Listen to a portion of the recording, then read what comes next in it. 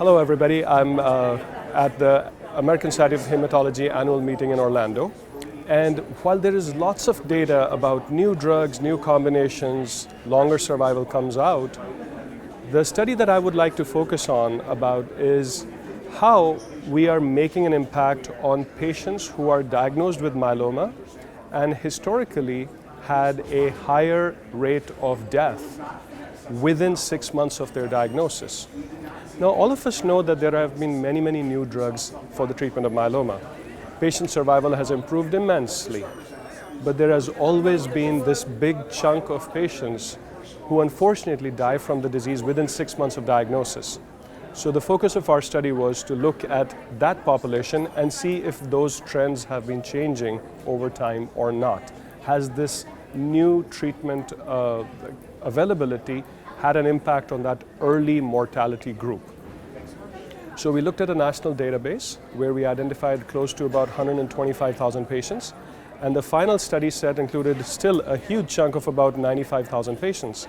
And what we were able to show was that during this time of data, which we had from 1975 up to 2015, there has clearly been a decrease in patients who die within the first 6 months of their diagnosis from myeloma.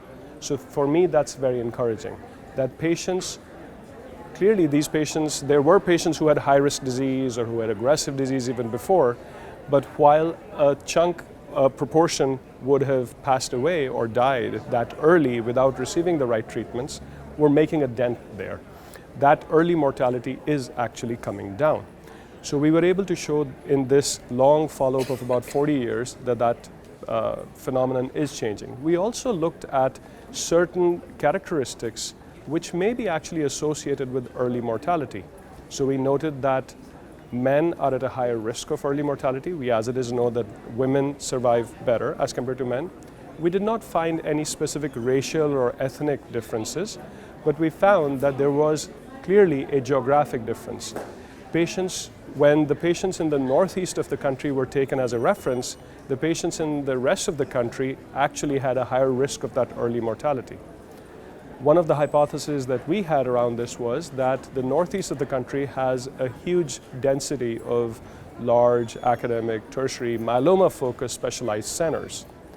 So at least an extension of that is that patients should consider seeking an opinion, at least an opinion, with a myeloma-focused specialist. And hopefully this trend continues and the mortality from myeloma keeps going down and we get to that elusive long-term control of the disease.